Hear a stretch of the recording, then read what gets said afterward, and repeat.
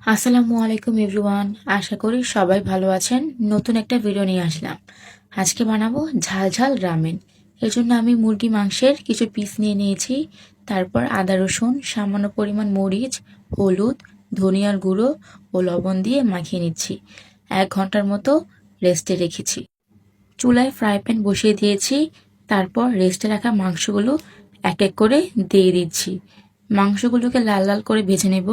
সিদ্ধ হওয়ার জন্য ঢাকনা দিয়ে ঢেকে দিব। আমি হাড্ডি সহ মাংস নিয়েছি। আপনারা চাইলে সলিড মাংস নিতে পারেন। দেখতে দেখতে মাংসগুলো ভাজা প্রায় শেষের দিকে।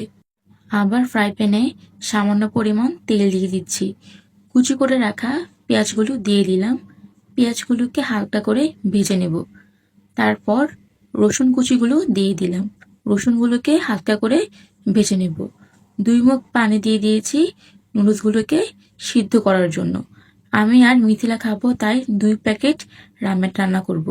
নর্মাল নুডলস দিয়েও রান্না করা যায়। রামেন লাগবে এমন কোনো কথা না। নুডলসগুলোকে মিডিয়াম হিটে রেখে ঢাকনা দিয়ে ঢেকে সিদ্ধ করে নিচ্ছি। রামেন নুডলসগুলো সিদ্ধ হতে সময় লাগে, কারণ এগুলো অন্যান্য নুডলস থেকে মোটা হয়। নুডলসগুলো সিদ্ধ হওয়ার পর প্যাকেটে থাকা ভয়ঙ্কর সসগুলো দিয়ে দিচ্ছি। যারা আগে খেয়েছেন তারা জানেন এটা কতটা ঝাল।